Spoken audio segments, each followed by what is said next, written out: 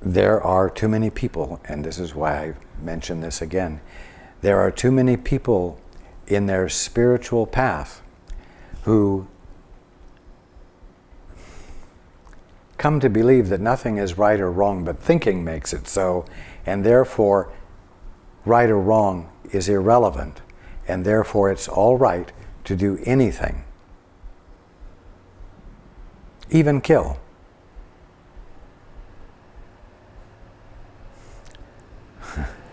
This is not true. And everyone needs to be very alert not to use a small grasp of a universal truth as justification for using no self-discipline and making no choices. No, making no choice between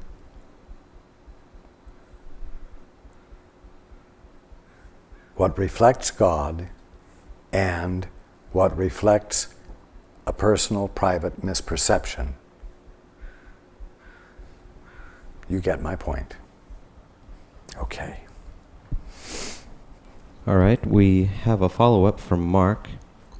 Mark says, with regards to listening for guidance when a need is present, about 7 years ago, I had an experience that I could only describe as extraordinary, and that occurred after specifically asking you, Raj, for help.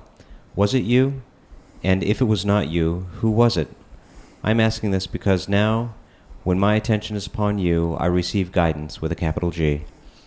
But I do not know if it is you, my guide, or perhaps others.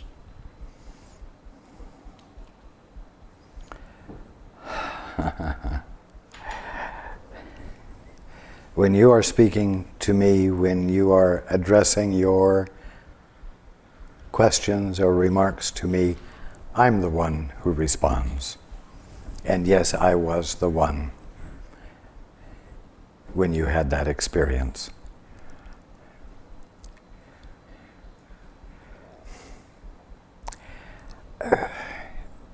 It is a funny thing to have to respond to the question because the thought is so foreign. The best way I can put it is that anything that we, who are guides, do is with complete integrity. I mean integrity beyond, and these are poor words, the complexity of integrity that of anything you can think.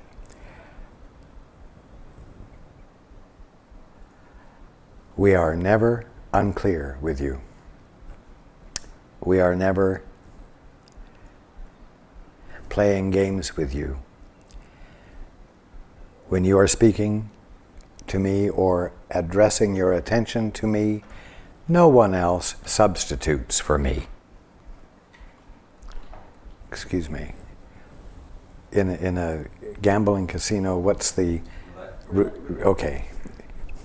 Yes, it's not like a roulette game where you randomly get whatever guide happens to be available at the moment.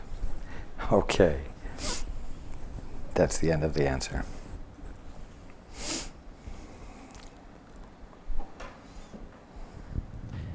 Jenna has a follow-up with this. This is a follow-up to my previous question. The reason I asked about waking up and disappearing to the minds of others is because of what the Course says. Quote, the history will roll behind you and cease to have ever existed, unquote. If this is true, how can anyone remember one who has already awakened?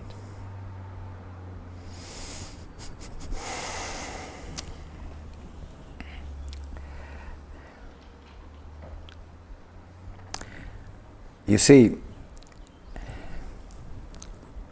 creation, the movement of God is a wholeness. It isn't spread out on a timeline. Right now you experience things as though they are on a timeline. all that ever has been and all that ever will be is now. And there's no way that can be anything more than words for you at the moment. What will disappear is the sense you have had that existence has been in time. And so history, the sense of history to creation will simply leave your minds.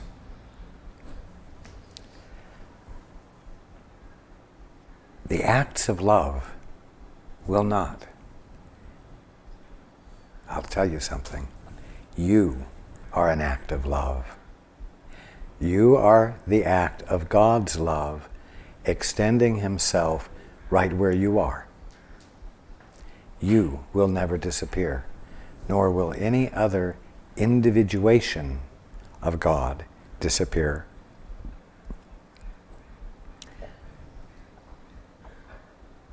The only thing that will ever disappear in the process of awakening are misperceptions. The only thing that will disappear will be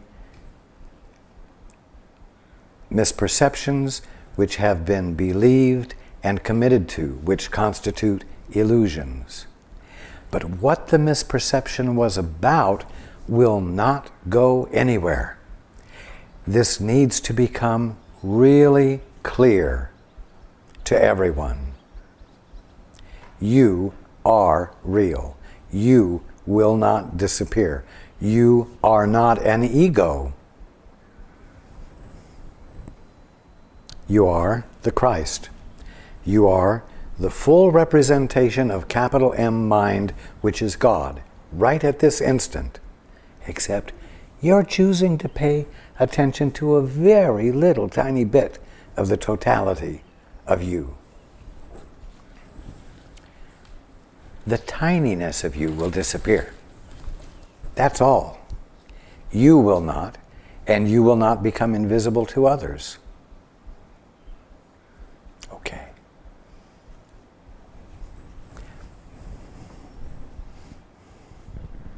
We have a question from Ron. Raj, I don't feel deserving of asking a question. I can see that no matter how I post a question, it feels like a put down of myself. So the best question is, how do I stop putting myself down? So much so that I don't find the motivation to truly listen or follow what I hear. This makes it very hard for me to find new direction out of my usual rut. I have a clear concept of choosing the Holy Spirit or the ego, and years ago, I applied this enough to enjoy my life. This self-defeating attitude seems to keep me from the doing, undoing, or allowing for half that would bring about healing. How do I approach this with some confidence so that I am willing to be healed? Well, don't bother trying to approach it with confidence. Just try approaching it with curiosity. Don't make such a heavy deal out of it. What will motivate you? Well, you probably wouldn't expect me to say this. How about a healthy fear of pain?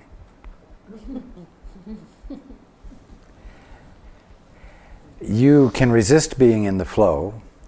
You can resist listening. You can be reluctant, uninterested, bored with the idea, empty of enthusiasm about it. But in effect, you've got your heels dug in. You're, for whatever reason, simply neglecting to listen, neglecting to be consciously in the flow. That means you have your heels dug in. The longer you have your heels dug in, the tighter the rubber band is going to get.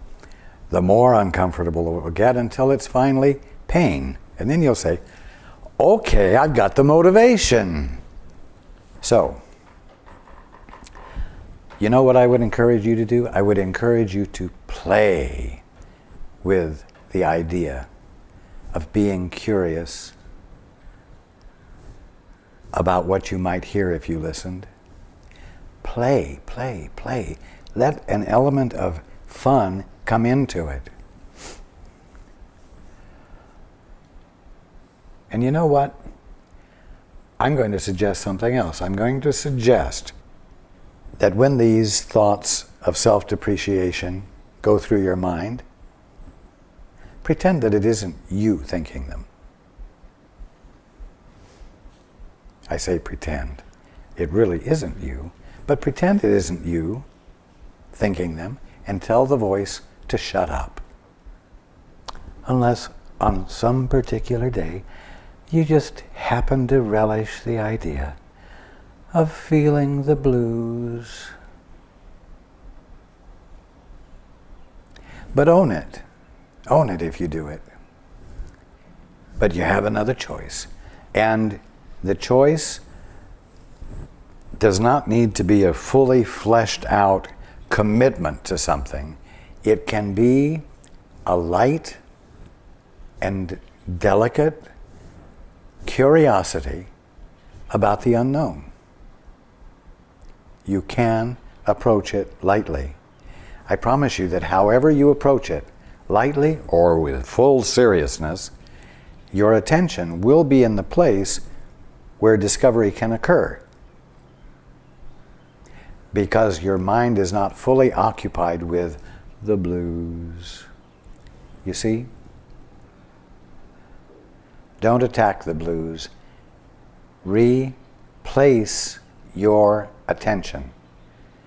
Place your attention elsewhere, in something else. Now, I'll tell you something else. You'll indulge in this until you stop indulging in it. And I can't make you change, and no one else can, and therefore it won't change until you just decide to do something different. And I'm saying, decide to do something different, for the hell of it. Not because you have a clearly focused, principled reason for doing it, not even the fear of pain. Okay? Just remember, the way you're experiencing yourself right now isn't the only way available. And you can switch lightheartedly, lightly, without having, as I said, to screw up a strong determination to change. If you're hearing the blues sung in your mind, realize that it's like walking into a room where the stereo was already playing the blues. And you can go over and change the station. You can. And the bottom line truth of it is, you'll do it when you do it. So I'm not going to try to twist your arm. You'll stop doing this when you want to stop doing this.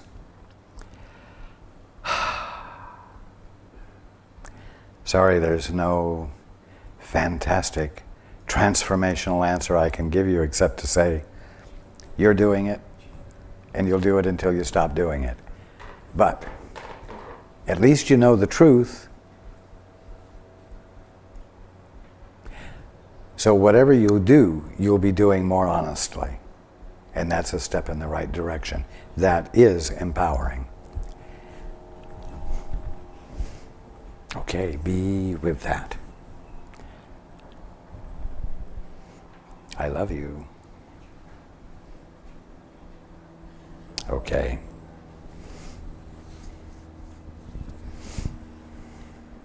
We have a question from Donna. My question is pertaining to a relationship that I'm experiencing on a level that I have never felt before. As I'm studying the course, I'm learning about special relationships, and I feel completely different in regards to the body used as an instrument. Is the love real that I'm experiencing? As to my body experience, I feel very strongly about the Holy Spirit bringing us together, knowing the difference in my perception of it.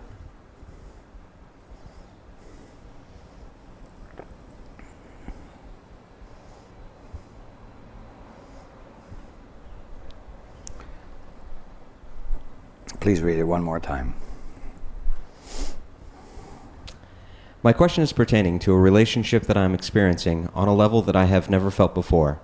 As I'm studying the Course and I realize the difference between special relationship, period, well, I feel completely different in regards to the body used as an instrument, period. Is the love real that I'm experiencing? As to my body experience, I feel very strongly about Holy Spirit bringing us together, knowing the difference in my perception of it.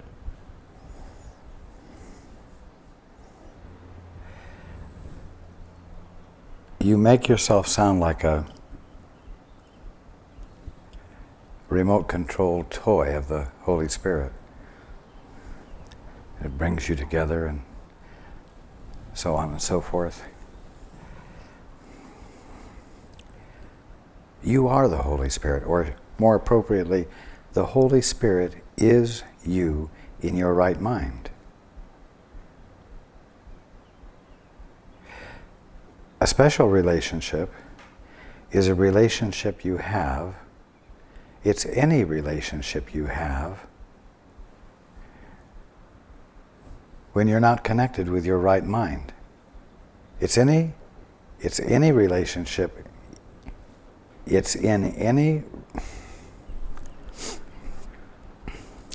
A special relationship is any relationship you enter into independent of the consciousness of God or of reality, the truth.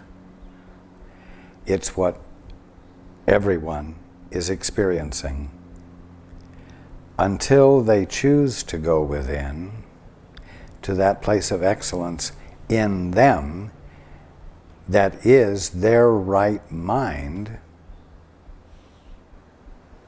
and bees in relationship with others from there.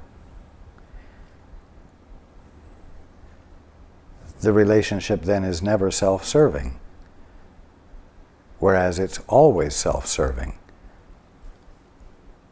from a place of unconsciousness of your inseparability from God.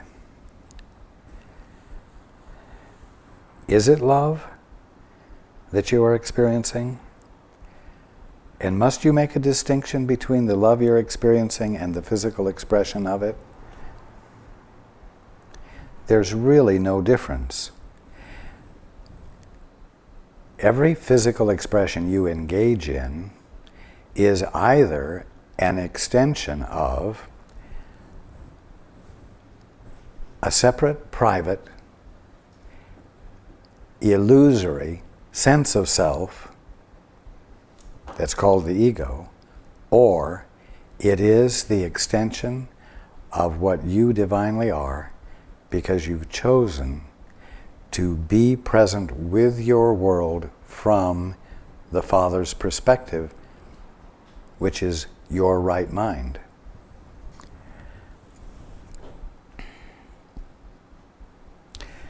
I'll be very frank with you. If you're having to find the right words, or if you're having to try to understand where the Holy Spirit fits into things, it's not love yet. And you're still too much in your thinking. Now, a question you didn't ask specifically is there anything genuine here in this relationship? And I will answer you, yes. But I will caution you to get out of your head and into your heart. Period. Okay. The next question is from Micha from Australia. Just wanted to say that I love you, Raj, and do I need to have a CAT scan, as one doctor suggests, or is it just my crazy life that makes my dizziness? Smile for Raj.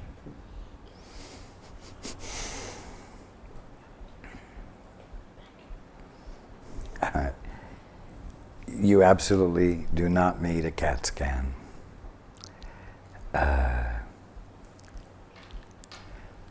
I'm just going to put it simply. What you're experiencing is matter not functioning like matter. You are feeling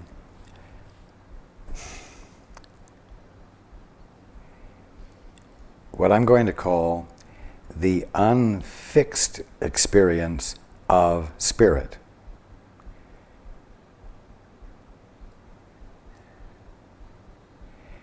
You're feeling the fluidity that ideas enjoy with each other without their losing their definition.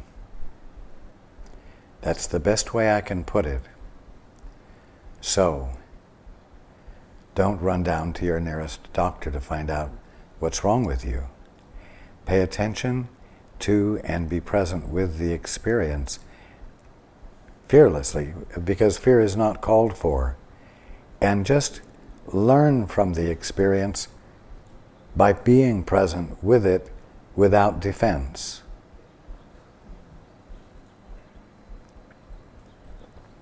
Okay. We have a question from Duvi. Hi again, Raj. Lately I'm having sadness and lonely feelings more often. Is it because of my pregnancy? Even meditation is becoming more difficult. Would you recommend I do anything? Thank you very much for your assistance.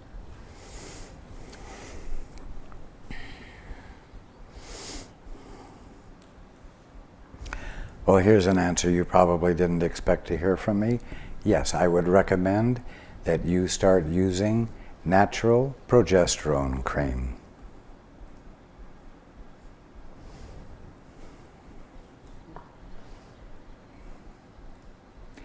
Yes, it is associated with the pregnancy, and it's easily resolved. That's the end of the answer.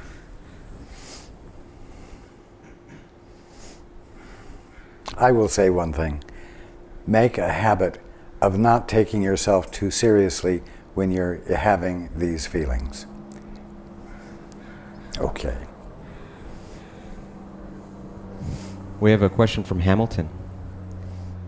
In the awakened brotherhood, do different beings have different roles similar to jobs from the ego perspective? And what are you, Raj, doing when you're not talking to us? This is the second part of the previous question. Never not talking with you. And if you want to call that a job, that's my job. Yes, every individuation of God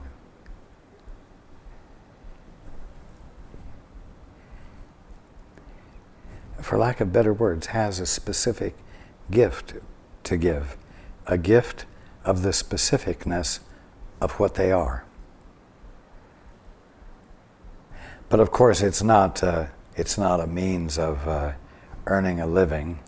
It's not something that you get something for doing, and so it's not a job in that sense.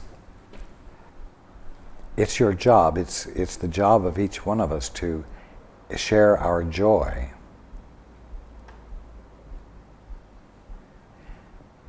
To share our love. And the diversity of it is infinite.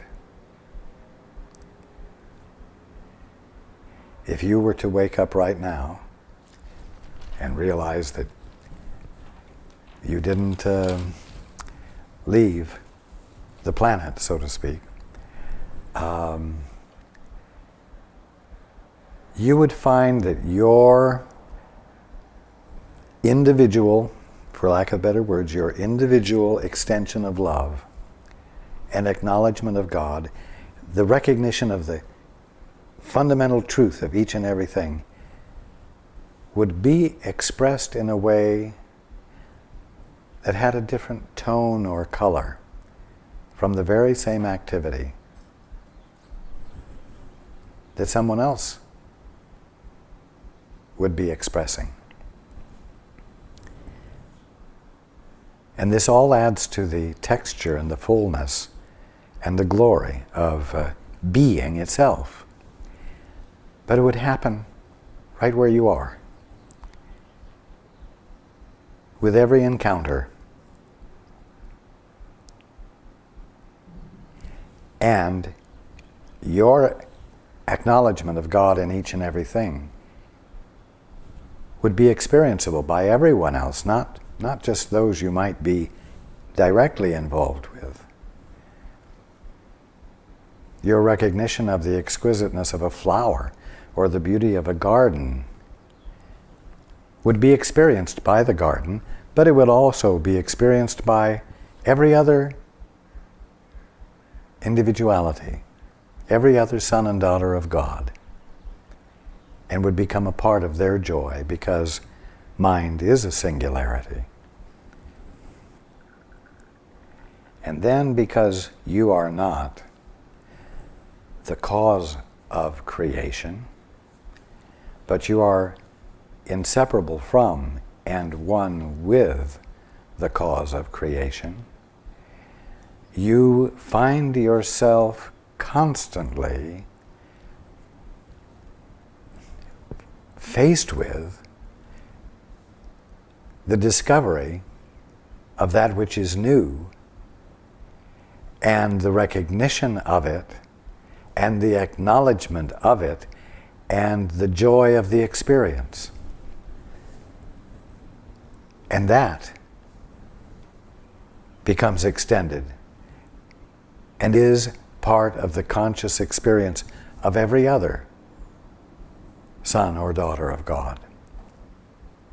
And theirs becomes yours. To not let this get so far out of the bounds of what you can imagine. Let's keep it simple. For you, it will mean that every experience you have in your daily life will be extended infinitely. It will be enhanced. It will be resolved in terms of conflict disappearing and harmony being established, not just as harmony, but as that which is utterly pleasurable,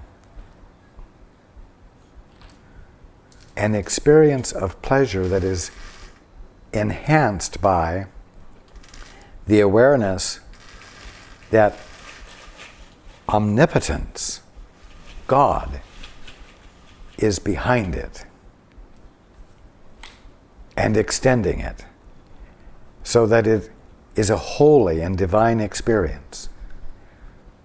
Now, these are just words, but I am meaning to convey a feel.